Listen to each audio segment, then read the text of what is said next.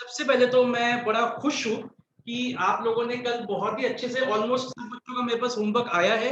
और कहते हैं ना वो इंसेंटिव रखने से जो होता है, तो कुछ बच्चों ने तो विद इन 15 मिनट्स मेरे को होमवर्क सेंड कर दिया। And to be very honest I am very happy, क्योंकि इतने अच्छे से कुछ बच्चों ने तो इतने अच्छे से किया है होमवर्क। एक एक चीज, और आहाना है शायद, वो तो हाईलाइट भी करती है पूरा, जिस जैसे होना चाहिए बिल्कुल वैसे करती है। एक चीज जो मैंने नोटिस की, काफी बच्चों के होमवर्क में मैंने लिख के भी दिया उनको कि आप जो अपनी अंडरलाइनिंग की जो हैबिट है वो यहीं से डेवलप करिए। अगर आपने यहाँ पे अंडरलाइनिंग नहीं की तो वहां कभी नहीं कर पाओगे। तो यहीं से अपना अंडरलाइनिंग करना शुरू करिए, हेडिंग्स को एंड की टर्म्स।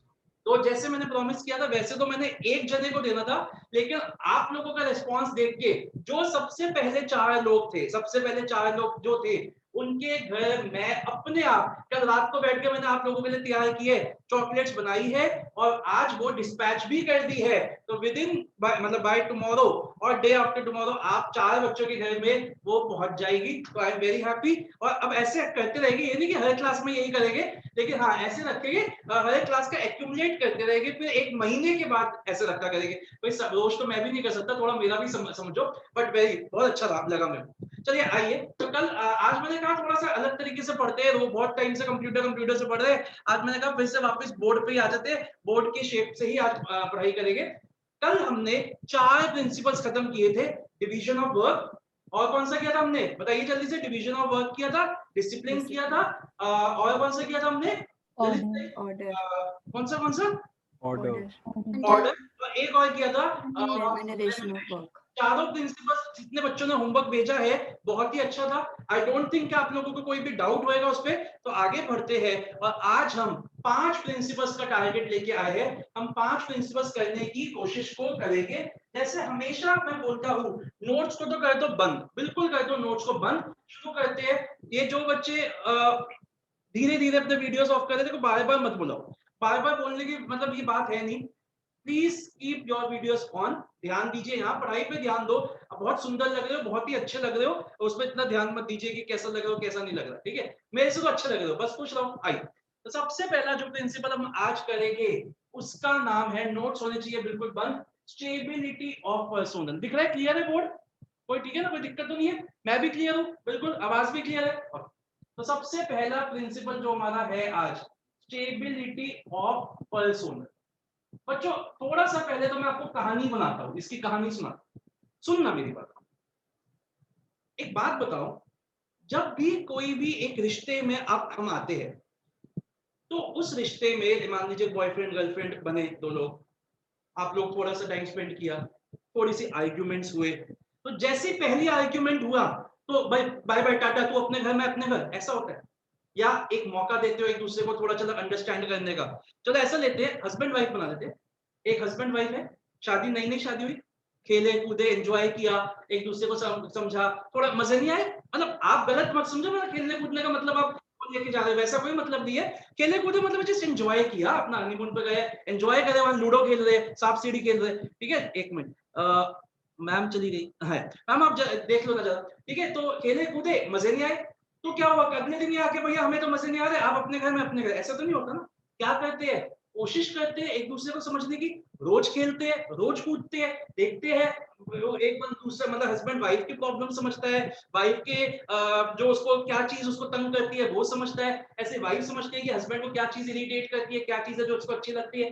इन चीजों से फिर धीरे धीरे धीरे धीरे करके टाइम पास होता है, निकलते हैं, फिर एक दूसरे के साथ थोड़े से कॉम्प्रोमाइजेस के साथ, थोड़ा लव, थोड़ा अफेक्शन, थोड़े गिफ्ट्स, थोड़ा ये वो के साथ, फिर एक दूसरे की आदत ही पड़ जाती है। 1-2 साल निकल जाते हैं, फिर सब कुछ ही अच्छा लगने लग जाता है, चाहे नमक हो खाने में, चाहे कुछ हो ना हो। अब आपको लग रहा है सर तो अपने आप बीती शुरू कर देते हैं, ये मेरी नहीं है, हर हस्बैंड वाइफ की यही कहानी है। अपना हमेशा बुरा ही लगता है, अपनी बीवी अपना अपना पति हमेशा बुरा लगता है, सामने वाले का अच्छा लगता है, अच्छा जोक से बात, तो ऐसा कुछ नहीं है। तो ये होता है, लेकिन धीरे धीरे धीरे धीरे फिर वो 10 15 20 25 गोल्डन जुबली सब कुछ बना लेते हैं साथ में।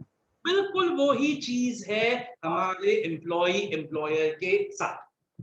आप बिल्कुल मान लो कि एम्प्लॉयर एम्प्लॉय कौन है, हस्बैंड और वाइफ। अभी नई नई शादी हुई है, ठीक है, एक साथ आए दोनों। और ऐसा तो नहीं है ना कि पहले दिन ही सब कुछ अच्छा लगने लग जाएगा। हो सकता है कुछ गलतियां हो सकता है कि एम्प्लॉय की कोई चीज एम्प्लॉयर को समझ में ना आए, एम्प्लॉयर की चीज कोई एम्प्लॉय को समझ में नहीं आई। देखिए ये थोड़ी ना कि जिस दिन भी वैसे पहला झगड़ा हुआ, चल चल चल टाटा बाय बाय, मैं तेरी कंपनी को छोड़ के जा रहा हूँ, हाँ बाय, ये डिवोर्स, ऐसा थोड़ा ना। आपको थोड़ा टाइम देना है, एक दूसरे को समझना है। तो ये प्रिंसिपल क्या कहता है, ये प्रिंसिपल कहता है स्टेबिलिटी ऑफ पर्सोनल। क्या मतलब हुआ कि जो आपकी कंपनी में एम्प्लॉइज आ रहे हैं उनको टिकने का मौका दो। अगर जल्दबाजी करते रहे उनको रखने और निकालने में तो बहुत मुश्किल रहेगी। ये समझ में आ गया प्रिंसिपल की बॉटम लाइन, समझ में आ गई? ठीक है, एक बार पहले मैं समझाता हूँ फिर इंग्लिश में बोलूंगा, वही जैसे कल किया था, चार पांच लाइनें सबकी। क्या कहता है ये प्रिंसिपल? पियोन ने कहा कि एम्प्लॉय जैसे शादी करनी है, ठीक है, शादी करनी है तो ये नहीं है कि कोई भी राह चलता हुआ किसी को भी उठा लिया और शादी कर ली। हम राखी सावंत जैसी हरकतें थोड़ी ना करनी है हमें। ठीक है, हमें शादी करनी है, बहुत समझना है, 2 4 5 बार मिलना है, जीवन साथी .com पे भी देखना है, वो क्या है, भारत मैट्रिमोनी पे भी देखना है, अब सब कुछ जगह पे देखना है। 1 2 बार मिलो, जाओ आउटिंग पे जाओ, सब बातें करो, जो भी करना है करो। उसके बाद जब लगे now this is my soulmate, this will be my soulmate, तब जाके शादी करो। लेकिन उसके बाद भी गलतियां हो जाती है। अब कितनी बार मिल लोगे शादी से पहले? 10 बार मिल लोगे? अब ये थोड़ा ना बोल सकते मम्मी पापा को, मम्मी पापा हम जरा हनीमून पे होके आते, देखते हैं कि हम वहां पे भी कंपैटिबल है कि नहीं। ये सब नहीं कर सकते आप ना। तो 2 5 7 बार 10 बार मिल लिया आप, फिर उसके बाद भी अब क्या पता क्या हो, तो उसके बाद शादी हो गई, उसके बाद भी एडजस्टमेंट अगर नहीं हो रही तो ये नहीं है कि अगले दिन बाय बाय टाटा। टाइम दो, टाइम दो, एक दूसरे को समझो, उसके बाद एक दूसरे की प्रॉब्लम्स को समझो, एक दूसरे की थोड़े कॉम्प्रोमाइज करो, ये सब करो और बन जाओगे। वही चीज यहाँ पे है कि फ्योन ने कहा एम्प्लॉय को रखते वक्त बहुत टाइम लो, बहुत उसके टेस्ट करवाओ, उससे उससे एग्जाम लो, उसका इंटरव्यू लो। हम इसको पढ़ेंगे स्टाफिंग चैप्टर में कि एक एम्प्लॉय को रखते हुए एक नहीं, दो नहीं, तीन नहीं, 16 स्टेप्स फॉलो होते हैं। एमएनसीज में किसी भी एम्प्लॉय को रखते हुए 16 स्टेप्स फॉलो होते हैं। 16 स्टेप्स, 16 स्टेप्स का प्रोसीजर फॉलो करो, उसके बाद शादी करो, उसके बाद रखो, उसके बाद उसको टाइम दो टिकने का, एम्प्लॉय को टाइम दो टिकने का। अगर आते ही पहली गलती की और आपने उसको निकाल दिया तो क्या होएगा कि एम्प्लॉइज के मन में एक इंस्टेबिलिटी आएगी, एक इनसिक्योरिटी आएगी और वो आपकी कंपनी को खुद ही छोड़ देंगे। और अगर ऐसा होने लगा कि एम्प्लॉय आ रहे जा रहे आ रहे जा रहे, तो उससे क्या होएगा? आपकी कॉस्ट बढ़ेगी, रिक्रूटमेंट की, सिलेक्शन की, ट्रेनिंग की, और सबसे बड़ी बात आपकी गुडविल भी खराब होगी। सर गुडविल कैसे खराब होगी? एग्जांपल से लो, समझो। मान लीजिए कोई अच्छा स्कूल है, मैं कोई भी एग्जाम स्कूल ले लेता हूँ, ऐसा किसी का कोई पर्सनल बायसनेस नहीं है। मान लो जीडी गोइंका, या नहीं चलो जीडी गोइंका छोड़ो, मान लो डीपीएस, कोई भी ले लेते क्योंकि जीडी गोइंका के बहुत बच्चे बैठे हैं यहाँ पे। तो मान लीजिए डीपीएस। अब डीपीएस में क्या हुआ, प्रिंसिपल सर रिटायर हो गए, तो न्यूज़पेपर में एडवर्टाइजमेंट आया that DPS public school is looking, Delhi public school is looking for a principal who should have this qualifications. Newspaper में एडवर्टाइजमेंट आया, बहुत से लोगों ने अप्लाई किया, एक प्रिंसिपल सर को चूज भी कर दिया। 1 महीने बाद वो भी चले गए, किसी भी वजह से चले गए। मैं ये नहीं कह रहा कि गलती किसकी थी, किसी भी वजह से वो भी छोड़ गए। फिर न्यूज़पेपर में एडवर्टाइजमेंट आता है that again DPS public, Delhi public school Basant Vihar is looking for the principal this. तो जब लोग अगेन इस न्यूज़पेपर में एडवर्टाइजमेंट को पढ़ते हैं, एक ही महीने के अंदर दूसरा एडवर्टाइजमेंट, तो लोगों को लगता है चलो कोई नहीं यार, हो सकता है कि वो बढ़िया नहीं हो प्रिंसिपल सर, हम फिर अप्लाई कर देते हैं। फिर वो अप्लाई करते हैं, एक अगेन चूज कर लिया, फिर ये भी छोड़ के चले गए किसी वजह से, मैं वजह पे नहीं जा रहा, छोड़ के चले गए। फिर न्यूज़पेपर में अप्लाई एप्लीकेशन आती है, एक ही महीने के अंदर तीसरी बार again we are looking for a principal. अब पता है क्या होगा? अब प्रिंसिपल्स लोग तो अप्लाई नहीं करेंगे, कौन अप्लाई करेगा? पेरेंट्स। किस लिए अप्लाई करेगा? अपने बच्चे को निकालने के लिए स्कूल से। क्यों? क्योंकि एक ऐसा स्कूल जो अपने प्रिंसिपल को ही नहीं रोक पा रहा, वो बच्चों को तो क्या ही एजुकेशन देगा। तो गुडविल भी तो खराब होगी, लोगों को क्या लगेगा बाहर मार्केट में कि ये कैसी कंपनी है कि यहाँ पे कोई टिकता ही नहीं है, ऐसी क्या कंपनी है, ऐसी क्या प्रॉब्लम है इस कंपनी में। तो बहुत से रीजन हो सकते हैं। हो सकता है आपकी बॉस के साथ ट्यूनिंग ना बैठ रही हो, आपकी फेलो एम्प्लॉइज के साथ ट्यूनिंग ना बैठ रही हो, एटमॉस्फेयर अच्छा ना हो, काम करने का एनवायरनमेंट अच्छा ना हो, काम अच्छा ना हो, वेजेस अच्छी ना हो, सैलरी अच्छी ना हो, कोई भी वजह हो। लेकिन अगर एम्प्लॉइज आपको छोड़ रहे हैं उसमें आपकी ही बदनामी है। इसलिए फ्योन ने कहा एम्प्लॉय को रखते वक्त टाइम लो, लेकिन एक बार एम्प्लॉय को रख लिया उसके बाद उसको टिकने का मौका दो। समझ में आ गया पूरा प्रिंसिपल? अब मैं इसको इंग्लिश में बताऊं आप लोगों को 4 लाइनों या 5 लाइनों में, 1 मिनट सुनना। ओके, सबसे पहला पॉइंट उसने क्या कहा, एक उसने रेशो का नाम लिया, या यहां तक बोर्ड दिख रहा है ना, क्लियर है ना यहां तक? ओके, उसने एक रेशो का नाम लिया एम्प्लॉय कोई भी बच्चा नोट्स नहीं खोलेगा। एम्प्लॉय टर्नओवर रेशियो, इसका क्या मतलब हुआ? इसका मतलब हुआ कितनी जल्दी हमारे एम्प्लॉइज हमें छोड़ के जा रहे हैं। I repeat, employee turnover ratio का मतलब क्या हुआ? कितनी जल्दी हमारे एम्प्लॉइज हमें छोड़ के जा रहे हैं। वजह कोई भी हो, मेरा सवाल आपसे, एक कंपनी की, ऑर्गेनाइजेशन की एफिशिएंसी के लिए एम्प्लॉय टर्नओवर रेशियो कम होना चाहिए कि ज्यादा होना चाहिए? सोच के बताइए। एक कंपनी की एफिशिएंसी के लिए एम्प्लॉय टर्नओवर रेशियो कम होना चाहिए कि ज्यादा होना चाहिए? ज्यादा होना चाहिए। ज्यादा होना चाहिए। तो एम्प्लॉय टर्नओवर रेशियो ज्यादा होना चाहिए। रोज लोग छोड़ के जा रहे हैं, आना बताइए, एफिशिएंसी बढ़ेगी इससे? हाँ ठीक है, आप कह दो सर रोज नए लोग भी तो आ रहे हैं, तो एफिशिएंसी बढ़ेगी इससे कम होएगी? कम होएगी ना। तो ये रेशियो कम होना चाहिए। जितना ये मिनिमम होएगा उतनी ज्यादा मैक्सिमम एफिशिएंसी होगी। पहला पॉइंट समझ में आ गया? तो according to Fayol, employee turnover ratio should be minimised to maximise efficiency. पहला पॉइंट समझ में आया?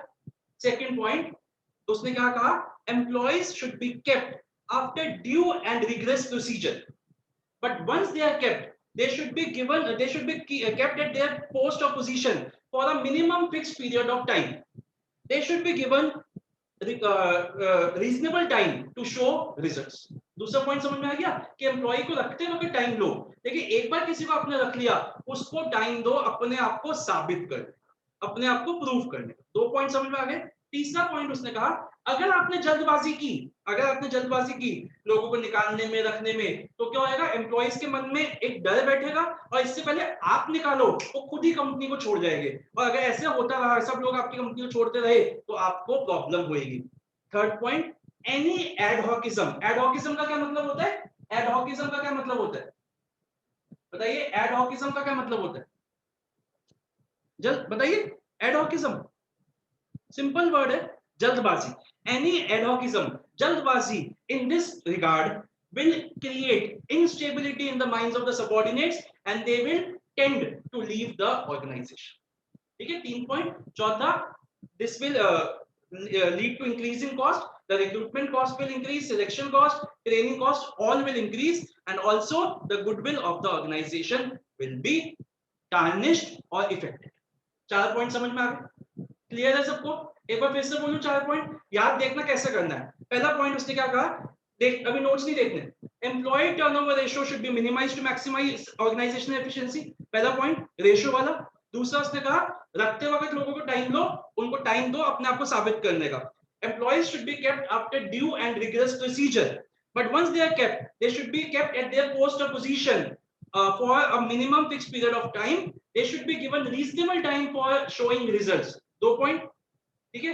तीसरा, जल्दबाजी वाला, any adhocism in this regard will create instability in the minds of the workers या subordinates and they will tend to leave the organization.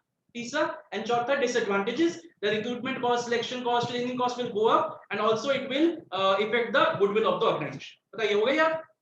ठीक है, एक बार फिर से बोलूं, मैं बोलता हूं, आप सिर्फ सुनिएगा। एक मिनट। पहला पॉइंट क्या है? रेशियो वाला, employee turnover ratio should be minimised to maximise organisational efficiency, पहला पॉइंट। दूसरा, employee should be kept at their position, employee should be kept after due and regress procedure, but once they are selected, they should be kept at their post or position for a minimum fixed period of time. They should be given the required time to show results. ठीक है, 2 point. तीसरा, जल्दबाजी वाला, any adhocism in this regard will create instability in the minds of the subordinates and they will tend to leave the organization. चौथा point, this will increase the recruitment cost, selection cost, training cost and also will affect the goodwill of the business. Therefore, stability is good for the business. बताइए, समझ में आ गए? Advantage, disadvantage में हम नहीं जाते, मतलब एडवांटेज में हम नहीं जाते। क्लियर है? एक बार फिर से बोलूं, क्या याद है? एक बार आपसे बुलवाता हूं, dash should be minimised to maximise dash. बताइए, जल्दी बोलिए। अरे ये तो याद रखा है, बोलिए जल्दी। कौन सा ratio? Employee turnover ratio should be minimized to maximize efficiency. Employees should be selected after due and rigorous procedure, but once they are selected, they should be kept at their post for a minimum fixed period of time. They should be given the time to show results. ठीक है? Any dash in this regard will create dash in the minds of dash and they will tend to leave the organization. बताइए what? Any Ad hoc. adhocism in this regard will create instability. Okay, and last dash dash and dash cost will go up. कौन सी cost बढ़ेगी बताइए? Training, recruitment cost रखने की, select करने की और training करने की, ऐसा किसी को रखने की, सिलेक्ट करने की, ट्रेन करने की। तो recruitment, selection, training cost will go up and also it will effect the goodwill of the business. बताइए हो गई आप अच्छे से क्लियर? चलिए 2 मिनट के अंदर, 2 तो नहीं 4 मिनट देता हूं, जल्दी से लिखिए, जल्दी से। एक बार एडॉकिज्म का मीनिंग वापस बता दो। इसका 1 मिनट रुक जाओ, 1 मिनट रुक जाओ, सब रुक जाओ। क्या किसका मतलब? एडॉकिज्म। एडॉकिज्म मतलब जल्दबाजी। आज शादी की मसलिया है, डिवोर्स, दूसरी शादी ये एडॉकिज्म हो रहा है। अब भैया मेरे एग्जांपल ना सारे इसी तरीके के होते हैं। चलो जल्दी से लिखो।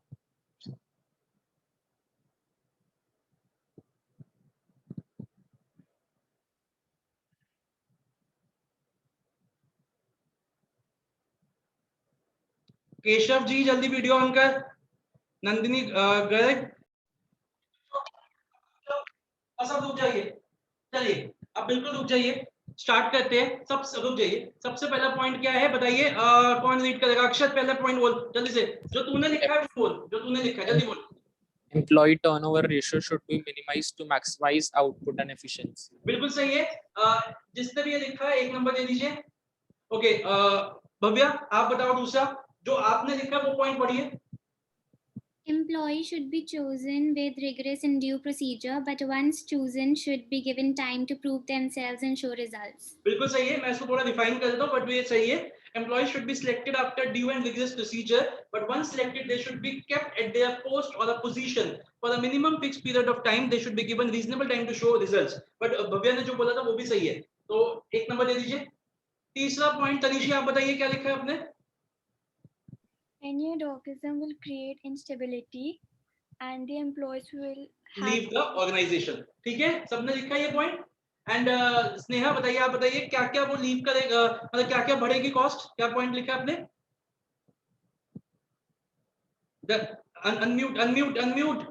अनम्यूट करो। हाँ, recruitment, selection and training costs will go up and also the goodwill will be affected. बिल्कुल सही। और इस पर आप लिख सकते थे therefore stability is good for the business owner। Clear है? ठीक है, तो आई थिंक आए होंगे 4 नंबर। किस किस के पूरा कंप्लीट था? किसने लिखा है पूरा complete? Very good Akshat, very good. देखो कंसिस्टेंटली आप बहुत अच्छा परफॉर्म कर रहे हो। Very good Bhavya, Tanishi, very good, बहुत अच्छी बात है। बहुत ही अच्छा, ऑलमोस्ट सबके सही थे। Very good, very good. चलिए बच्चों आगे बढ़ते हैं। इस प्रिंसिपल के बाद नेक्स्ट प्रिंसिपल पे चलते हैं जिसका नाम है initiative. A very important principle and very easy. मतलब कभी-कभी मेरे को लगता है यार क्या फ्यूल तो इतना बड़ा नाम हो गया, ये कोई प्रिंसिपल्स है? ये तो हमें पता ही है। तो अब सुनिएगा, नोट्स को कर दीजिए बिल्कुल बंद। फ्यूल ने बोला, अगेन 4 से 5 लाइनें, फिर पहले समझते हैं फिर इसको याद करेंगे। फ्यूल ने बोला कि मैनेजमेंट को अपने एम्प्लॉइज को एनकरेज करना चाहिए कि वो अपनी डेवलपमेंट के बारे में खुद सोचे। आई रिपीट, एम्प्लॉइज को, मैनेजमेंट को एम्प्लॉइज को एनकरेज करना चाहिए कि वो अपनी डेवलपमेंट के बारे में खुद सोचे और अपने जो प्लान्स है उनको एग्जीक्यूट करे। फिर उसने बोला कि इनिशिएटिव का मतलब क्या होता है? तो इनिशिएटिव का मतलब क्या है? Taking the first step with self motivation. आपको कोई इनिशिएटिव लेने के लिए मोटिवेट नहीं कर सकता। अगर आपको कोई मोटिवेट करे वो इनिशिएटिव नहीं है। इनिशिएटिव का मतलब होता है आप खुद कुछ कर रहे हो आगे बढ़ के अपने मन से। Initiative means taking the first step with self motivation. It is one of the qualities of an intelligent person. सिर्फ एक इंटेलिजेंट पर्सन ही जो है वो इनिशिएटिव ले सकता है। इंटेलिजेंट का मतलब ये, मतलब इंटेलिजेंट मतलब जो एक प्रोएक्टिव बंदा है, जो एक प्रोएक्टिव है, जो सोच सकता है, नई चीजें सोचने से डरता नहीं है, वो ही इनिशिएटिव लेने के काबिल है। It is one of the trait मतलब personality quality of an intelligent person. It means thinking out of the box and executing the plan. सिर्फ सोचना थोड़ी ना है, कुछ करना भी तो है। It means thinking out of the box and executing the plan. Fuel ने बोला एक मैनेजर को अपने वर्कर्स को एनकरेज करना चाहिए कि वो इनिशिएटिव ले। और वो कैसे होएगा? वही चीज जो टेलर ने बोली थी। क्या? एक सजेशन बॉक्स का सिस्टम इंस्टॉल करिए।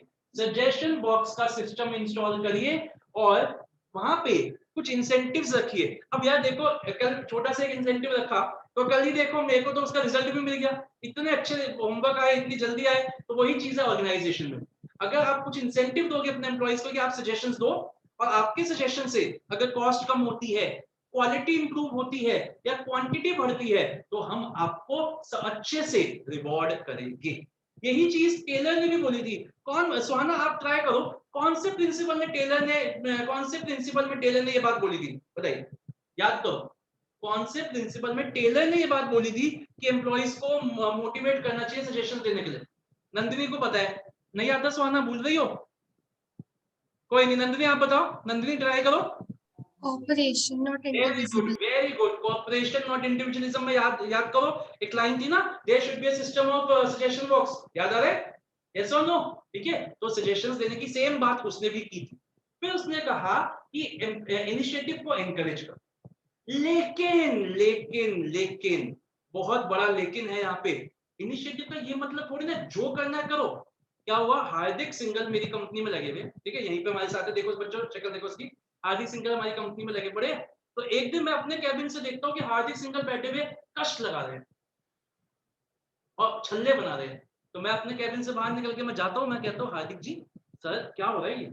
तो कह रहे सर कुछ नया करके देख रहा हूँ कि इतना स्ट्रेस एनवायरनमेंट में हम काम करते हैं, तो सोच रहा हूँ, देख रहा हूँ कि कष्ट लगा के हाई होके थोड़ा नशा वशा करके क्या पता हम और अच्छे से काम कर पाए। और अगर ये चीज हिट होगी ना तो सर हम अपनी कंपनी में सबको ये करवाएंगे, थोड़ा आप भी लेके देखो।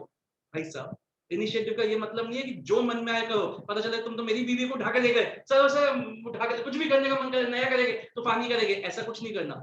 Initiative does not mean freedom to do whatever you want, discipline must be observed. Initiative का मतलब नहीं है कि तुम डिसिप्लिन की ले लो। और दूसरा क्या हुआ, इनिशिएटिव का मतलब क्या है कि नए सजेशंस दो। तो क्या हुआ, मैंने बोला कि जो बंदा नए अच्छे सजेशंस देगा उसको हम रिवॉर्ड करेंगे। तो पता चला हार्दिक जी फिर मेरे पास आए, सर अभी तक ना मैं कहता सर एक नया सजेशन में लेके आया हूँ। मैंने कहा बताइए क्या सजेशन है? तो कहता सर अभी तक हम क्या करते थे, मशीन 1 पे काम करते थे। अच्छा मशीन ए पे जो सर हमने इटली से इंपोर्ट करी थी, सर आज से ऐसा करेंगे सर, हम एक नई मशीन इंपोर्ट करेंगे जो हम फ्रांस से या जर्मनी से लेंगे, 2 करोड़ रुपीस की इन्वेस्टमेंट है इसमें, लेकिन बड़ी अच्छी मशीन है। मैंने कहा अच्छा जी बड़ी अच्छी बात है, कोई नहीं करेंगे, लेकिन मुझे बता इससे क्या क्वांटिटी हमारी बढ़ेगी? कुछ जो हम अभी हमने हमारी क्वांटिटी बनती है क्या वो बढ़ेगी? सर मोर और लेस सेम ही रहेगी। मैंने कहा चलो कोई नहीं, क्वालिटी कुछ इंप्रूव होएगी क्या इस मशीन को इंस्टॉल करने से? सर एज सच तो कुछ नहीं है, 19-20 का फर्क होएगा, ज्यादा कोई फर्क नहीं है, नोटिसेबल फर्क नहीं है। अच्छा कोई नहीं, तो मैंने कहा क्वांटिटी भी नहीं बढ़ रही, क्वालिटी भी इंप्रूव नहीं हो रही, कॉस्ट कुछ कम होएगी हमारी जो हम बना रहे हैं?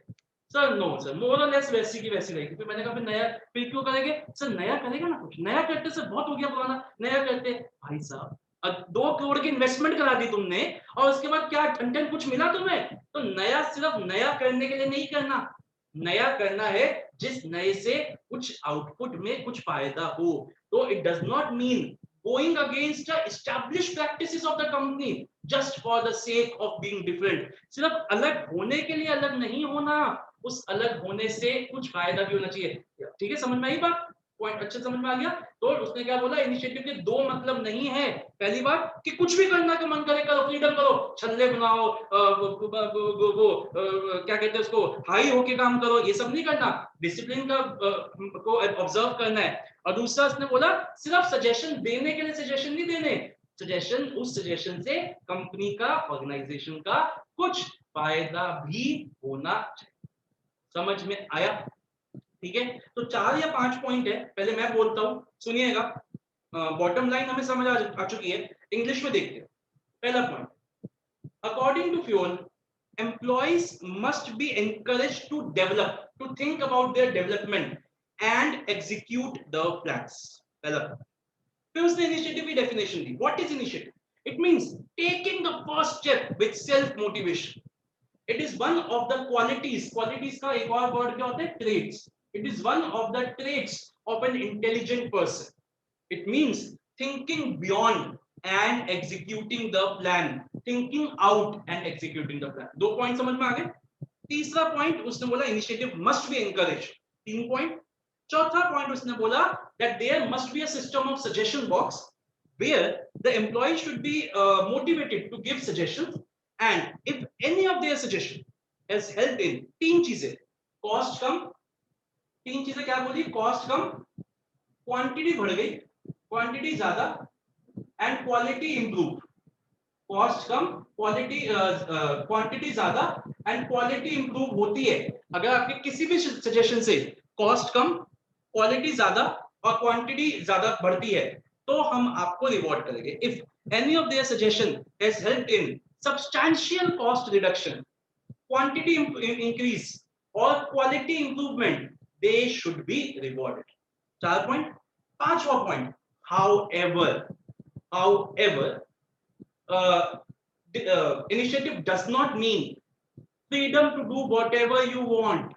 9 बजे का टाइम है, 12 बजे आ रहे हैं, सर देख रहे थे थोड़ा लेट आके काम कर सकते हैं कि नहीं कर सकते, क्या नॉनसेंस है। Discipline must be observed, freedom to, it does not mean freedom to do whatever you want, discipline must be observed. ठीक है, इसी पॉइंट को हम लिख देंगे, nor it means going against the practices of the company just for being different. सिर्फ अलग होने के लिए अलग नहीं होना, अलग होना है जिस अलग होने से कोई नया फायदा हो। अगर हम आज मतलब मान लीजिए कोई, मतलब जैसे वैक्सीनेशन से 3 निकली हुई है, अगर हम एक और वैक्सीनेशन आ जाती है वो लगाते हैं, वो लगानी शुरू करते हैं, उससे कोई फायदा नहीं होता, तो उस चीज का कोई फायदा नहीं है, फिर तो यही करते रहो ना, फिर एक और के चक्कर में क्यों पड़ रहे हो। या उसके आने से हमारी एफिशिएंसी बढ़ती है, वायरस के लड़ाई में कुछ ज्यादा फायदा मिलता है, तब हमें इतना बड़ा मेजर स्विच करना चाहिए, वरना क्या जरूरत है, जो बन रहा है उसी को यूज करते रहो। यस कौन, ठीक है, तो 5 पॉइंट हो गए। ठीक है, तो कैसे कैसे हमने बोला, पहला पॉइंट एम्प्लॉय वाला, that employees must think about their development and execute the plans, पहला। दूसरा definition, it means thinking out of the box, it means taking the first step with self motivation, it is one of the qualities of an intelligent person। तीसरा क्या हुआ, it must be encouraged, initiative must be encouraged। चौथा suggestion वाला, कि employees should be encouraged to give suggestions if any of their suggestion has helped in cost reduction, quantity improvement and quality improvement, they should be rewarded। ठीक है, 4। 5वां however वाला, however does not mean going against the practices of the company just for the sake of being different, nor does it mean freedom to do whatever you want, discipline should also be observed। बताइए, समझ में आ गए 5 point. एक बार last time बोलूं, ठीक है, उससे अच्छे से याद हो जाएगा। लिखेगा भी कोई नहीं लिखेगा, कोई नहीं लिखेगा, 1 मिनट। सबसे पहले क्या था, according to Fayol employees must be encouraged to develop या to think about their development and execute the plans। पहला पॉइंट समझ में आ गया। Second definition, it means taking the first step with self motivation, it means taking the first step with self motivation, it is one of the qualities of an intelligent person, it means thinking beyond the box and executing the plan। समझ में आ गए 2 points, याद हो गए side by side. तीसरा point, initiative must be encouraged, ये तो बड़ा सिंपल है। चौथा point, there must be a system of suggestion box where the employees should be encouraged to give suggestions and if any of their suggestion has helped in cost reduction, quantity improvement और quality improvement, they should be rewarded. 4 point. 5वां, however it does not mean freedom to do whatever you want, discipline must be observed। and lastly, इसी में लिख लो या अलग से लिख लो, आपकी चॉइस है, nor does it mean going against the practices of the company just for the sake of being different। Clear हो गया अच्छे से? ठीक है, ऐसा करते हैं, एक बार बिना बुलवाए आपसे लिखवाता हूं, देखते हैं कितने बच्चे लिख पाते हैं 5 मिनट से और 5 पॉइंट से। जल्दी से लिखना शुरू करिए, योर टाइम स्टार्ट्स नाउ। देखते हैं कौन बच्चा सारे लिख पाएगा। चलो, जिसने सारे लिख लिए ना वो अपना हैंड रेस कर, 5 मिनट दे दो जल्दी से। चलो,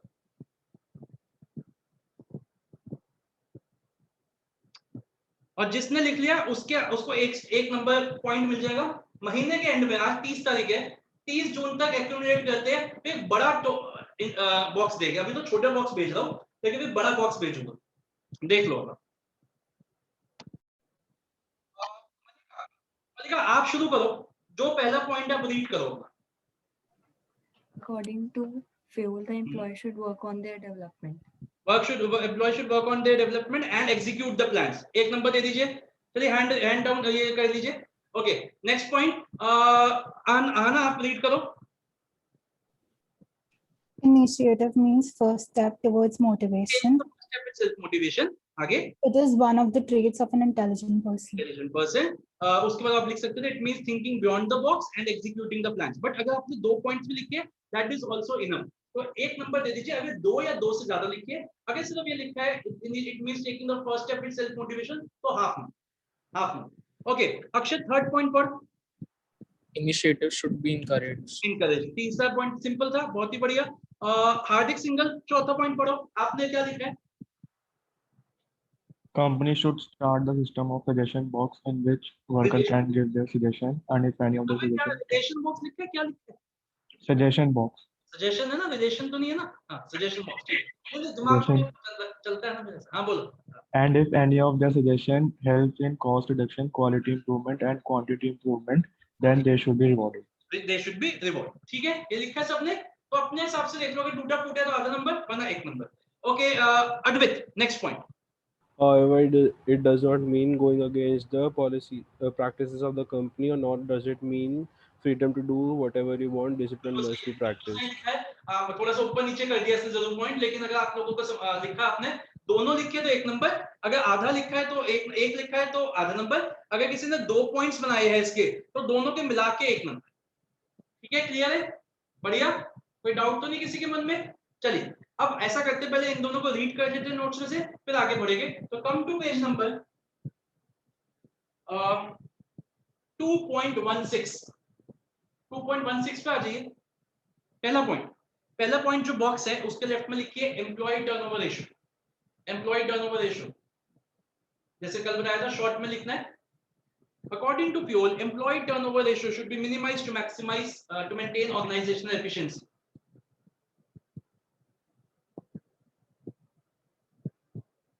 Okay, personnel should be selected and appointed after due and rigorous procedure, but once they are selected, they should be kept at their post or position for a minimum fixed tenure. They should have the stability of tenure. They should be given the required time to show results. 2 point. बेटा तीसरा point, any adhocism वाले को तीसरा point बना दो, bullet लगा दो वहां पे, एडहॉकिज्म वाले पॉइंट पे बुलेट लगा दीजिए और उसके लेफ्ट में लिखिए एडहॉकिज्म। और सेकंड पॉइंट के लेफ्ट में भी आप लिख सकते हो मिनिमम फिक्स टेन्योर लिख दो। मिनिमम फिक्स टेन्योर, टेन्योर का मतलब पता है ना क्या होता है? टाइम। मिनिमम फिक्स टेन्योर लिख दोगे ना, पूरा पॉइंट याद आ जाएगा। टेन्योर का मतलब होता है टाइम। तो सेकंड पॉइंट के लेफ्ट में लिख दो मिनिमम फिक्स टेन्योर, पूरा पॉइंट याद आ जाएगा मन में। जब आपको याद करना तो आपको ऐसे पूरा याद नहीं करना, employee should be kept at this position, like बस मिनिमम वाला पॉइंट पूरा याद आ जाएगा आपको। थर्ड पॉइंट कौन सा है? एडहॉकिज्म वाला। ठीक है, आइए। Any adhocism in this regard will create instability among their minds of the subordinates. They will tend to leave the organization. And lastly, last के लेफ्ट में लिखो disadvantages, या लिख लो cost will go up, costs लिख लो या disadvantage लिख लो, अपने समझने के लिए लिखना है आपको। Recruitment cost, selection cost, training cost will go up and the stability is good for the business. इधर एक और लाइन लिख लो, good, it will also affect the goodwill of the organization. ये यहाँ पे लिखी भी नहीं है। This will also tarnish कर दो, tarnish. This will also tarnish. Tarnish का क्या मतलब होता है? Spoil. This will also spoil the image or the goodwill of the company.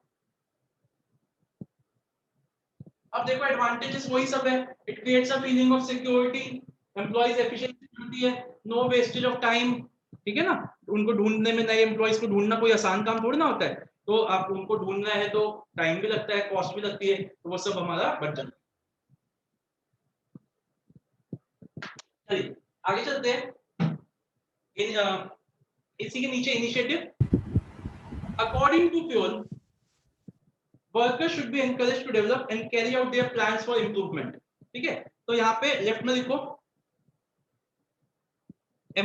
Workers, specially लिख लो वर्कर्स टू डेवलप, ऐसे लिख लो, बस इन छोटे में लिख लो जिससे आपको पूरा पॉइंट याद आ जाएगा। जब आप रिवाइज करोगे तो आपको इतना सा याद करना है, बस वर्कर्स वाला पॉइंट था, workers to develop. Second point के लेफ्ट में लिखिए डेफिनेशन। सेकंड पॉइंट के लेफ्ट में लिखिए definition. It means taking the first step with self motivation. It is one of the qualities of an traits of an intelligent person. It means thinking out and beyond executing the plan. देखो यार इतने अच्छे आप लग रहे हो केशव, और इतने दिनों से आप मुझे सिर्फ अपनी प्रोफाइल पिक्चर ही दिखाए जा रहे थे, हैं? पहली बार दिखाया तेरा चेहरा। चलिए आगे आते हैं। तो सेकंड पॉइंट के लेफ्ट में लिखा आपने डेफिनेशन, थर्ड के लेफ्ट में लिखिए encourage ठीक है, तो छोटा ही पॉइंट है, सच नहीं भी लिखोगे तो चलेगा। फोर्थ पॉइंट के लेफ्ट में सजेशन बॉक्स, सजेशन बॉक्स, तो पूरा पॉइंट याद आ जाएगा that employ a good company should have an employee suggestion box system whereby initiative or suggestions given by the employees which result in cost and time reduction should be rewarded। ठीक है, आप अपना वो भी लिख सकते हैं, cost reduction, quality improvement and time reduction. Okay next, उसके बाद नेक्स्ट में लिखिए however, बस however लिख दो, सारा पॉइंट याद आ जाएगा। however does not mean going against that, however does not it should be kept in mind that initiative does not mean freedom to do whatever you want, discipline must be observed, nor does it mean going against the established practices of the company just for the sake of being different। सिर्फ अलग होने के लिए अलग नहीं होना।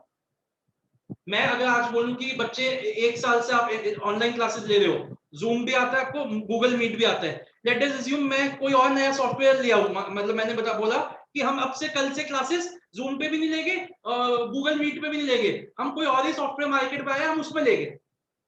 उससे मैंने पूछा, बच्चों ने मुझसे पूछा सर इसको इंस्टॉल करना इतना मुश्किल है, इसमें एक बार अंडरस्टैंडिंग बिठाना, क्या फायदा क्या होगा, क्या इससे कोई वो बढ़ेगी कुछ ज्यादा? मैंने कहा कुछ नहीं, बिल्कुल ऐसे ही है, जूम जैसे ही है। तो मेरे को बताओ कुछ फायदा होगा उसको चेंज करने का? कोई फायदा होगा नहीं। हाँ, अगर मान लो सिक्योरिटी बढ़ती है, पार्टिसिपेंट्स बढ़ते हैं, कुछ और फीचर्स हमें मिलते हैं, तब फायदा है ना। तो जस्ट अलग होने के लिए अलग थोड़ी ना होना है, ठीक है, उस अलग होने से कोई ना कोई फायदा होना चाहिए।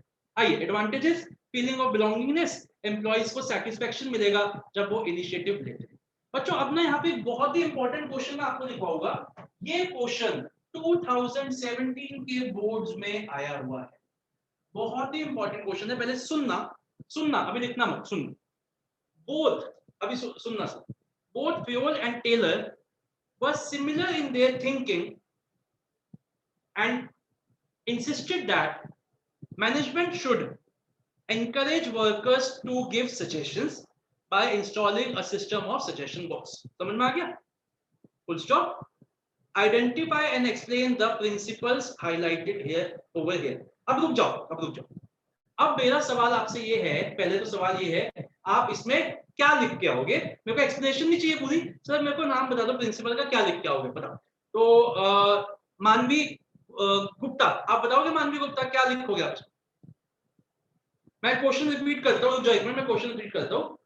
Both Taylor and Fayol were similar in their thinking when they said that management should encourage the workers to give suggestions, inverted columns closed।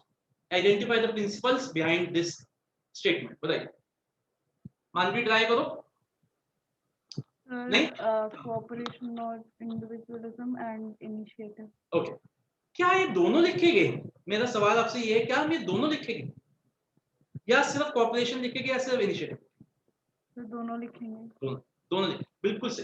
बच्चों गलती क्या होती है इसमें, बच्चे अभी तो बोल रहे हो लेकिन पेपर में क्या करते हैं, कुछ बच्चे सिर्फ टेलर का लिखाते हैं, कुछ बच्चे सिर्फ फ्यूल का लिखाते हैं, कुछ बच्चे दोनों लिखते हैं। तो एक्चुअली में इसमें क्वेश्चन क्या था, identify the principles behind this. तो हमें दोनों लिखना है। आप इसका आंसर कैसे लिखोगे सुन लो।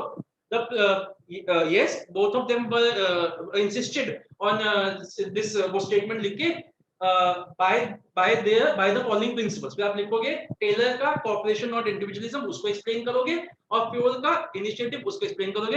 ये क्वेश्चन आया था 6 मार्क्स का, और इसकी ब्रेक जो उसका ब्रेकअप था वो था 3+3, और 3+3 का ब्रेकअप क्या था, हाफ प्लस ढाई एंड हाफ प्लस ढाई। मतलब क्या हो गया इसका, हाफ नंबर आइडेंटिफाई करने का, ढाई number explanation, half number identify करने का, ढाई नंबर एक्सप्लेनेशन। समझ में आई बात आपको? तो चलिए मैं लिखवा रहा हूँ, इसको पूरा लिखिए क्वेश्चन को, इसी प्रिंसिपल के साथ में कहीं लिख लीजिए, ऊपर या नीचे जगह बना के लिखिए। वेरी इंपॉर्टेंट क्वेश्चन मार्क करिए। Both Taylor and Fayol, both, सबको समझ आ गया ना? Both Taylor and Fayol were similar in their thinking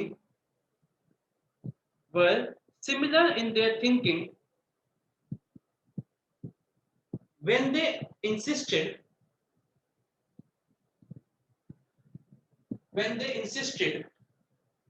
that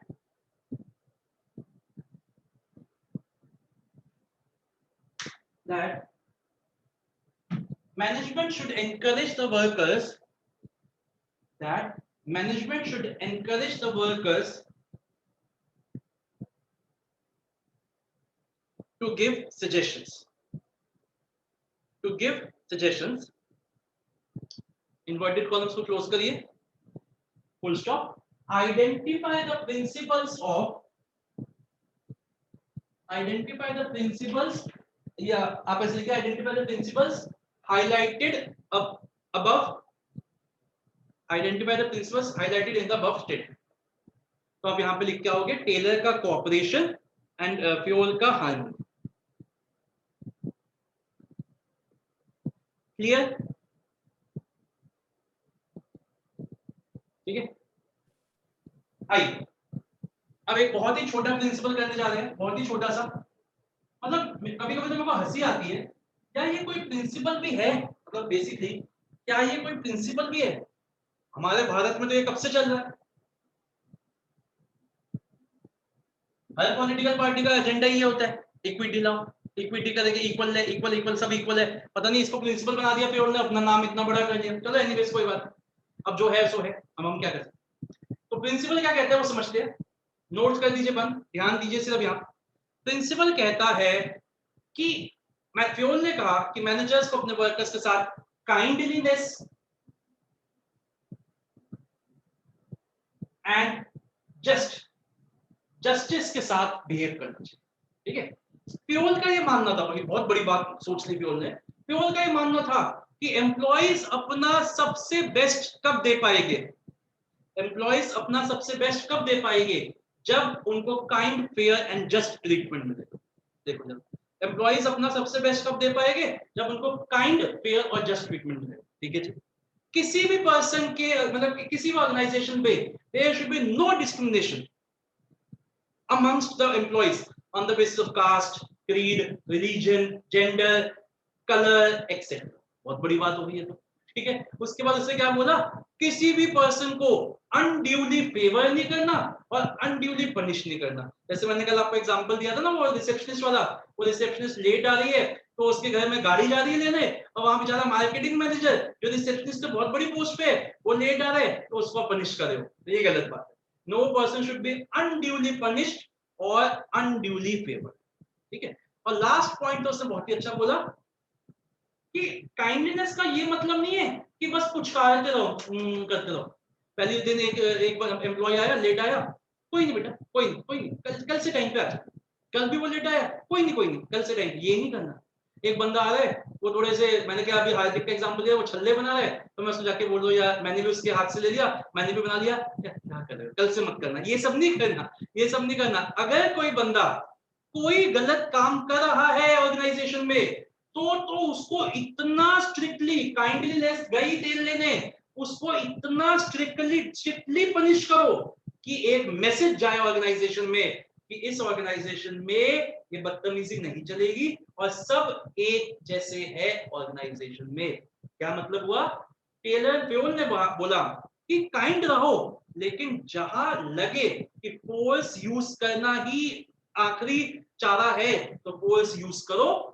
and in fact अगर आपके एम्प्लॉइज लेजी है और जानबूझकर आपकी बात नहीं मान रहे तो उनके साथ इतने strict action low that it sends a message in the organization that everybody is equal in the eyes of management. समझ में आया पॉइंट? मतलब उसने बोला काइंड रहो, अच्छे से, प्यार से, कुछ करो, सब कुछ करो, लेकिन जहां जरूरत पड़े अपना फोर्स भी दिखाओ. ठीक है. समझ में आ गया? बहुत ही सिंपल प्रिंसिपल. 5 पॉइंट है, सिर्फ छोटे छोटे, सिर्फ सुनिएगा मेरे 5 पॉइंट. अभी लिखेगा कोई. पहला point, according to Fuel insisted on kindliness and justice in the behavior of managers towards workers. पहला पॉइंट क्या बोला? Fuel insisted on कोई लिखेगा नहीं स्नेहा, यहाँ ध्यान दीजिए, on kindliness and justice in the behavior of managers towards the workers. पहला. फिर Fuel के हिसाब से the workers can be made to put in their best. The workers can be made to put in their best only when they are given kind, fair and just treatment. Fuel को ऐसा लगता था कि workers अपना best तभी देंगे जब उनके साथ काइंडनेस के साथ, जस्टिस के साथ और फेयरनेस के साथ ट्रीटमेंट होए. 2 पॉइंट. तीसरा, no person should be unduly favoured और पनिश्ड. चौथा point, there should be no discrimination amongst anybody on account of caste, creed, color, gender, race, etc. चौथा पॉइंट. पांचवा, however, Pure does not rule out, it does not rule out use of force. मतलब उसने ये नहीं बोला कि force बिल्कुल ही use नहीं करनी. It does not rule out use of force sometimes. Rather, it said that lazy personnel should be dealt as strictly as possible so that a message goes in the organization that everybody in the is equal in the eyes of management. समझ में आया बच्चों? बहुत ही easy है, बहुत ही टुच्चा principal है, मतलब बहुत ही टुच्चा है. एक बार मैं शुरू से बताता हूँ फिर से. This principle emphasized on kindliness and justice in the behavior of managers towards the workers. Simple. ठीक है, पहला point. According to Pure, workers can be made to put in their best only when they are given kind, fair and just treatment. Almost similar point. तीसरा, no person should be unduly favored or punished. तीसरा point. चौथा, there should be no discrimination on account of caste, color, creed, etc. चार point. पांचवा, however, it does not mean it does not rule out use of force sometimes. Rather, Pure said that lazy personals should be dealt as strictly as possible so that it sends a message in the organization that everybody is equal in the eyes of the management. Clear है? ठीक है, एक बार बोल नहीं रहा, सिर्फ बता रहा हूं. पहला पॉइंट कौन सा? काइंडलीनेस एंड जस्टिस वाला. दूसरा, workers will be made to put in their best वाला. तीसरा, नो एम्प्लॉय नो डिस्क्रिमिनेशन वाला. चौथा, अनड्यूली फेवर वाला. एंड पांचवा, यूज ऑफ फोर्स वाला. समझ में आ गया? एक बार फिर से बोलता हूं. रुक, इतनी भी जल्दबाजी क्या? पहला पॉइंट कौन सा? काइंडलीनेस एंड जस्टिस, बिहेवियर वाला. दूसरा, kind, fair and just treatment वाला. नो पर्सन अनड्यूली वाला. चौथा पॉइंट, नो डिस्क्रिमिनेशन वाला. एंड पांचवा पॉइंट, फोर्स वाला. सही है? क्लियर है? अब लिखो 5 मिनट जल्दी. जिसका हो जाए हैंड रेस करना शुरू करो.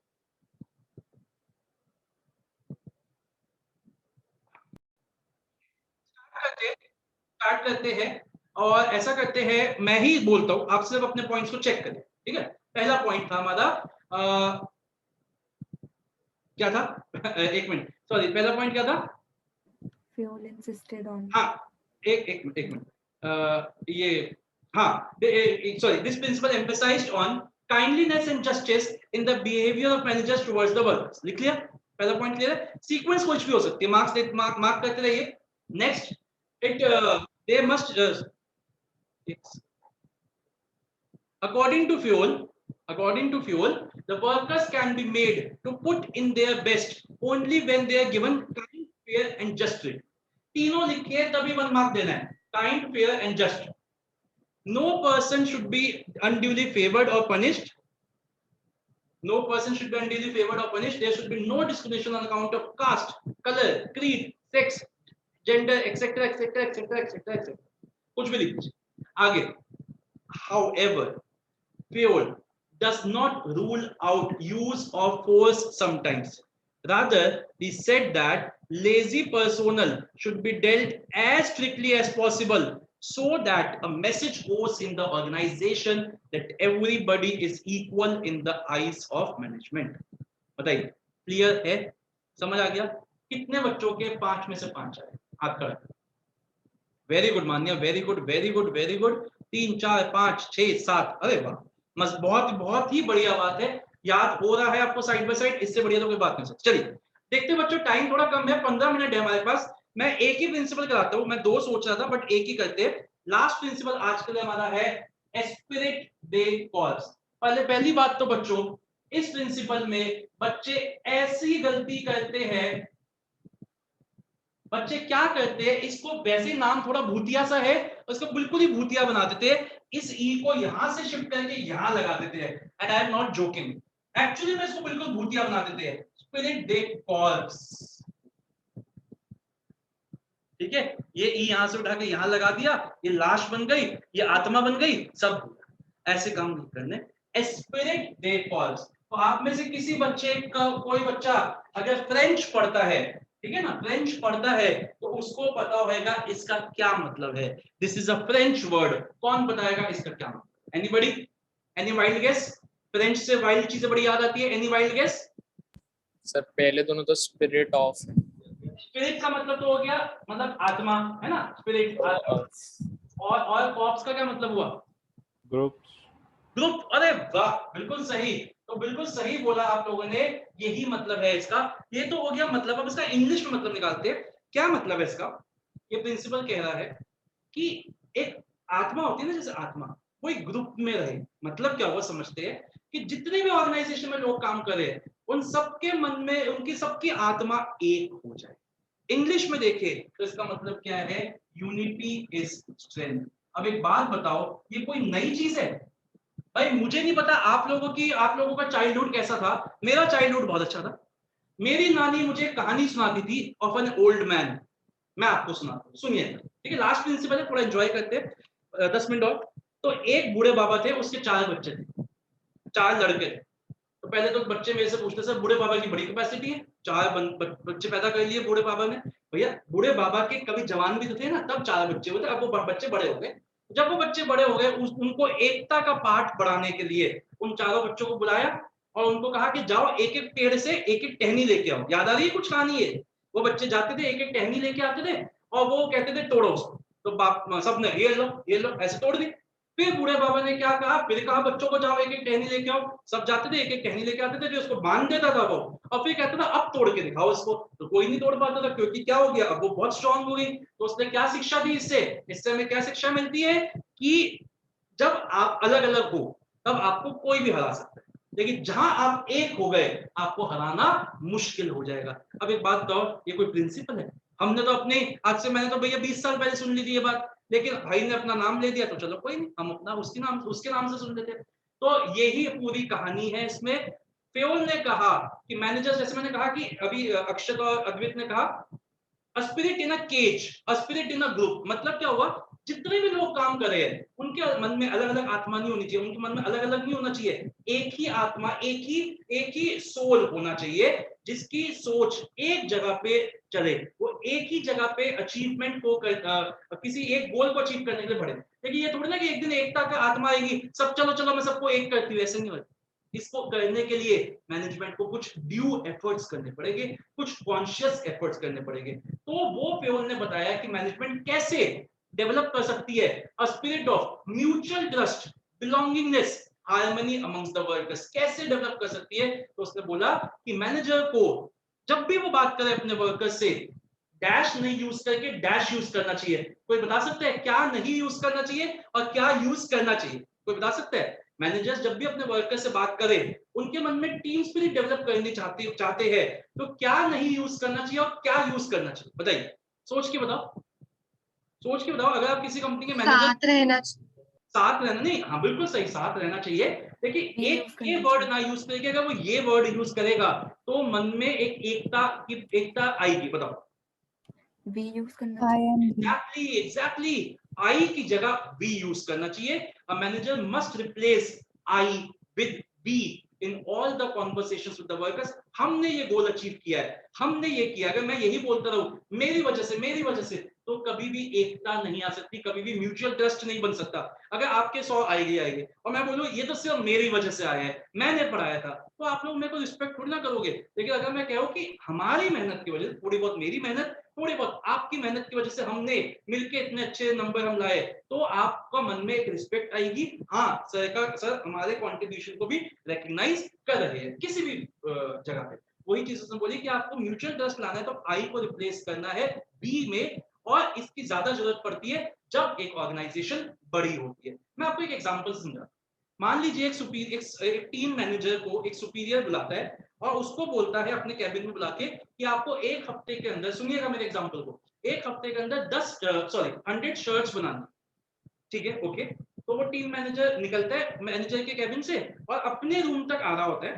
तो वो मन में सोचता है कि मैं अपने टीम को, 10 लोगों की टीम है उसकी, मैं उनको ये बोलूंगा ही नहीं कि हमें 100 शर्ट्स बनानी है। मैं सबको एक एक बंदे को अपने कैबिन में बुला के अलग से बोलूंगा कि तेरे को 10 शर्ट बनानी है, तेरे को 10, तेरे को 10, तेरे को 10, और एक हफ्ते बाद सब 10-10 बना लेंगे, गोल अचीव हो जाएगा और मेरे को क्रेडिट मिल जाएगा। ये बोला उसने मन में सोचा।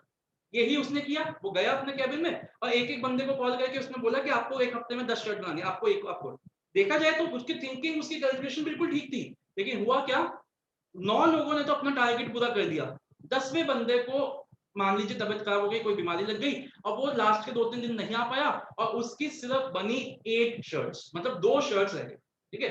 अब टोटली देखा जाए तो 98 शर्ट्स बनी, टारगेट तो अचीव नहीं हुआ, तो सुपीरियर को, सॉरी टीम मैनेजर को तो डांट पड़ेगी सुपीरियर से और वो आगे भी मतलब उसको पेनल्टी भी मिलेगी।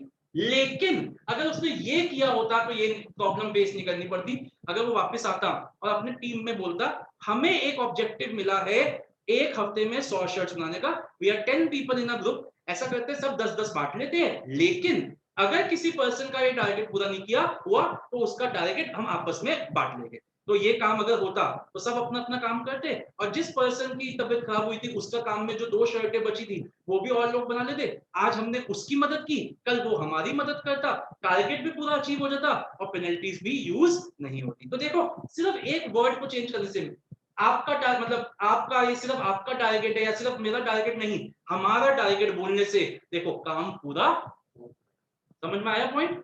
ठीक है, क्लियर है? तो सिंपल सा टेक्निक है, सिंपल सा प्रिंसिपल है, ज्यादा लंबा चौड़ा नहीं है, ठीक है। Just keeping in mind the time frame constraint, इसको सीधा रीड करें नोट्स में से, ठीक है, छोटा ही प्रिंसिपल है, मैं बुलवाने का टाइम नहीं है। आइए लास्ट प्रिंसिपल को रीड करते हैं, उसके बाद कोई क्लास नहीं लीव करेगा क्योंकि मैं नेक्स्ट 2 क्लासेस का आपको एक बार कुछ बताऊंगा, एक नेक्स्ट 2 क्लासेस से।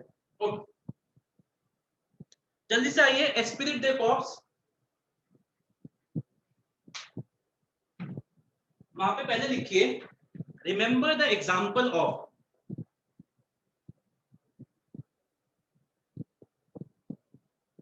एक मिनट, हमने इनिशिएटिव अभी नहीं पढ़ा ना, हमने रीड कर लिया इनिशिएटिव, इक्विटी नहीं पढ़ा, अभी नहीं रीड किया ना, पहले इक्विटी पे, इक्विटी पे कम टू पेज नंबर 2.15, हाँ वो रह गया रीड। दिस प्रिंसिपल, पहला point, emphasizes on kindliness and justice in the behavior of managers towards the workers। इसके लेफ्ट में वन वर्ड लिखिए मैनेजर्स, आपको पूरा पॉइंट याद आ जाए। ये देखो बच्चों, ये आपको पेपर में नहीं लिखना, ये मेरी टेक्निक है आपको याद कराने की। अगर आपको इसके बिना याद हो जाए तो बहुत ही अच्छी बात है। मेरे को ऐसा लगता है कि ऐसे लिखने से आप जल्दी याद कर पाओगे। एक चीज जो आप, मैं ऐसे बोलता हूँ, एक चीज जैसे मैं 5 मिनट लगा के एक बार रिवाइज कर रहे हो, अगर ये लिख के मन में 5 मिनट में 2 बार रिवाइज हो जाए तो ज्यादा बेटर है ना, कि मन में ऐसे रिवाइज करके। तो ये मेरी टेक्निक है, इसको आपको कहीं ऐसा नहीं है कि हार्ड एंड फास्ट यूज करना है। नेक्स्ट में लिखिए this will ensure loyalty devotion, ठीक है। थर्ड में आइए, ऐसे लिख लीजिए काइंड फेयर एंड जस्ट, लेट में काइंड फेयर एंड जस्ट लिख लो। Employees can be made to put in their best only when they are given kind, fair and just treatment. Next, however, उसके आगे लेफ्ट में देखो however लिख लो, याद आ जाएगा। Pure does not rule out use of force sometimes. Rather, he said that lazy personnel should be dealt as strictly as possible to send a message in the organization that everybody is equal in the eyes of the management. There should be no discrimination, left में लिखिए no discrimination amongst anyone on account of caste, color, creed, religion, sex, etc., belief, etc. No worker should be unduly favored or punished. Now, अच्छा, अब इसके left में लिखिए unduly, no worker के left में लिखिए unduly. Next जो point है उसके लेफ्ट में लिखिए example. Nowadays we find people of various nationalities working together in a discrimination-free environment. Equal opportunities are available for all. Beta, for example, we find Indian-born CEO Rajat Gupta who heads multinational like McKinsey. मैं थोड़ा सा आपको बता देता हूँ, ये example आपके NCERT का बिल्कुल ठीक है, लेकिन मैं आपको बता दूं रजत गुप्ता को बाहर एक फ्रॉड डिक्लेयर कर दिया गया है। मैं आपको बता देता हूँ, उसने मैकिंसी कंपनी के सीक्रेट्स लीक कर दिए थे और उसको वहां पे जेल में भी डाल दिया था यूके में, बहुत इसके ऊपर हुआ चला, अब ये इंडिया वापस आ गया है, मतलब इसके ऊपर बहुत ज्यादा बैड नेम इसने स्प्रेड किया। अब पॉइंट ये है कि ये एग्जांपल तो याद करना ही पड़ेगा क्योंकि एनसीईआरटी में, but we have many good examples now. For example लिख सकते हैं आप Sundar Pichai who heads Google, we can write Satya Nadella ji who heads Microsoft, we can write Indira Nooyi who heads Pepsi incorporation. तो मैं आपको 3 एग्जांपल और दे रहा हूं, ये तो आपको याद करना ही पड़ेगा because it is in the NCERT, but when we have such good names then why do you have to go with the bad name. तो मैं आपको 2-3 नाम दे रहा हूं, जैसे कि सुंदर पिचाई, और हमारे इंडिया की ये सब, इसको गूगल, सत्या नडेला, न्यूट्रेला मत लिख देना, Nadella Microsoft, and lastly Indira Nooyi टेक्सी। ये तीन बहुत बड़े हमारे इंडियंस हैं जिन्होंने मल्टीनेशनल्स, बिगेस्ट मल्टीनेशनल्स में सीईओज बने। वैसे तो बहुत नाम है बट ये तीन सबसे बड़े। You should know this. Clear? ठीक है। एडवांटेजेस वही कॉमन है, ensure loyalty, devotion, etcetera etcetera. अब आ जाइए एस्पिरिट दे कॉर्प्स, वहां लेफ्ट में लिखिए, remember the example of old man having 4 sons. हंस रहे होगे तुम अभी से, हम बड़े बच्चे थोड़े ना, बच्चे नहीं हो, 8-10 महीने बाद क्लास याद आ जाएगी आपको इस एग्जांपल से, याद कर, लिख लीजिए, remember the example of old man having 4 sons, पूरी कहानी याद आ जाएगी। Esprit de corps means unity is strength या यूनियन इज स्ट्रेंथ। एकता में ही बल है, एकता में ही शक्ति है। Pure emphasized the need for, underline करिए 3 terms, teamwork, spirit of unity and harmony amongst the employees. Underline करिए teamwork, spirit of unity and harmony amongst the employees. A manager must replace, underline करिए, I with we in all his conversations with the workers. A manager must replace I with we in all his conversations with the workers to develop team spirit. This will give rise to a spirit of mutual trust and belongingness amongst the members. A manager should promote teamwork, especially in the large organization. Underline करिए large organization. बेटा 1 minute 2 minute लगा लेते हैं। इससे advantage क्या होगा? सबसे पहले एडवांटेज क्या होगा? एक म्यूचुअल ट्रस्ट का एटमॉस्फेयर बनेगा। दूसरा, ऑर्गेनाइजेशन के गोल्स अचीव होंगे। जैसे अभी एग्जांपल दिया कि जो टारगेट था वही अचीव नहीं हुआ था पहले केस में, तो दूसरे केस में अचीव हुआ। तीसरा, पेनल्टीज भी यूज करने की जरूरत नहीं पड़ेगी, क्योंकि अगर काम पूरा होगा तो क्यों पेनल्टीज यूज करनी पड़ेगी। तो एडवांटेजेस क्या है? पहला, team spirit helps in developing of atmosphere of mutual trust and belongingness. दूसरा, it will minimize the use of penalties. And तीसरा, अचीवमेंट ऑफ ग्रुप गोल्स। और डिसएडवांटेज क्या होगी? अगर ये नहीं हुआ प्रिंसिपल तो ऑब्जेक्टिव्स नहीं अचीव हो पाएंगे और कोऑर्डिनेशन भी लूज हो जाएगा। कोऑर्डिनेशन कैसे लूज हो जाएगा? प्रोडक्शन डिपार्टमेंट से पूछ के सेल्स डिपार्टमेंट ने ऑर्डर एक्सेप्ट कर लिया 100 शर्ट्स का एक हफ्ते में, अब प्रोडक्शन डिपार्टमेंट उसको पूरा नहीं कर पाया, तो सेल्स डिपार्टमेंट क्या उस ऑर्डर को एग्जीक्यूट कर पाएगा? बिल्कुल भी नहीं। तो कहीं ना कहीं क्या हुई? हमारी जो कोऑर्डिनेशन है वो मिस हो गई, वो हमारी लूज हो गई। आइए एक एग्जांपल पढ़ते हैं, वो यही वाला एग्जांपल है जो मैंने अभी आपको बताया। The production manager assigned the target of 200 units to a group containing 10 members. The members divided the work amongst themselves on the basis of 20 units each. According to the principle of esprit de corps, they should not concentrate only on achieving their individual targets, but they should also concentrate on achieving the group target of those units, so that even if 2 workers fall sick, the 8 members must divide the work amongst themselves and achieve the group goals. बच्चों example है, जैसे कल भी बताया था, example में आपकी liberty होती है, आप अपनी कहानी लिख सकते हो। अक्षत ने बड़ी अच्छी कहानी लिखता है वो, तो वैसे आप भी अपनी कहानी बना सकते हो, बस आपकी पता होना चाहिए पॉइंट क्या। ओके बच्चों, तो आज हमने 4 प्रिंसिपल्स किया। 2 मिनट रुक जाइए सर, 2 मिनट, कोई बच्चा क्लास नहीं लीव करेगा, 2 मिनट सुनिए। सबसे पहले तो आपका होमवर्क क्या है? अब आपकी पहली बात तो क्लास है नेक्स्ट सैटरडे, मतलब कमिंग सैटरडे 11 बजे। उस दिन हम फ्यूल के सारे प्रिंसिपल्स खत्म कर देंगे। हमारे 8 हो गए, सारे तो नहीं होएंगे, उस दिन 4 और होएंगे, तो सारे तो नहीं होएंगे बट ऑलमोस्ट खत्म हो जाएंगे। तो वो उस दिन आपको होमवर्क सेंड करना है, आज ही होमवर्क सेंड करना है। ये नहीं कि आप सैटरडे की क्लास से 1 घंटा पहले होमवर्क सेंड करो। हाँ, ये नहीं है कि कोई चॉकलेट वॉकलेट है, वो मैं एक्यूमुलेट कर रहा हूँ, अब मैं मार्क्स दे रहा हूँ, और जिसका महीने के एंड में होएगा उसको मिलेगी बड़ी। अभी तो मिल ही रही है, 4 बच्चों के घर तो पहुंच ही रही है आज कल में, लेकिन उसके बाद महीने के एंड तो आपको होमवर्क सेंड करना है। पहला, सैटरडे को हमारा ये चैप्टर, संडे को ये चैप्टर फिनिश हो जाएगा। आई रिपीट, संडे को ये चैप्टर फिनिश हो जाएगा। संडे को तारीख है हमारी 5th and 6th of June, ठीक है। उसके बाद जो नेक्स्ट 2 जून के 2 सैटरडे संडे आएंगे, उसमें हम नेचर एंड प्रिंसिपल्स की केस स्टडीज खत्म करेंगे, ठीक है। नेचर एंड प्रिंसिपल्स की तो केस स्टडीज भी खत्म हो जाएगी, तो साइड बाय साइड हमारी केस स्टडीज भी खत्म हो जाएगी। उसके बाद हम अपना 3rd चैप्टर शुरू करेंगे। आई बिलीव अभी भी आप स्कूल से बहुत अहेड हो, है ना। स्कूल में तो अभी शायद नेचर ही खत्म हुआ होगा, तो प्रिंसिपल्स भी आपका खत्म हो जाएगा जून की 8 से पहले, जब तक आपका स्टार्ट भी नहीं होगा स्कूल, और हमारा बहुत हम आगे ही चल रहे हैं, ठीक है। तो मेरी आपसे रिक्वेस्ट यही है कि आप जब होमवर्क करो पूरे अच्छे से अंडरलाइनिंग वगैरह भी करो। अब जो आपका टर्मिनल्स होएगा स्कूल में, उसमें प्लीज अच्छे से परफॉर्म करना। सारे तीनों चैप्टर, मेरे ख्याल से 3 से ज्यादा चैप्टर आपके नहीं आएंगे, तो तीनों चैप्टर में पूरे करवा दूंगा आपके टर्मिनल से।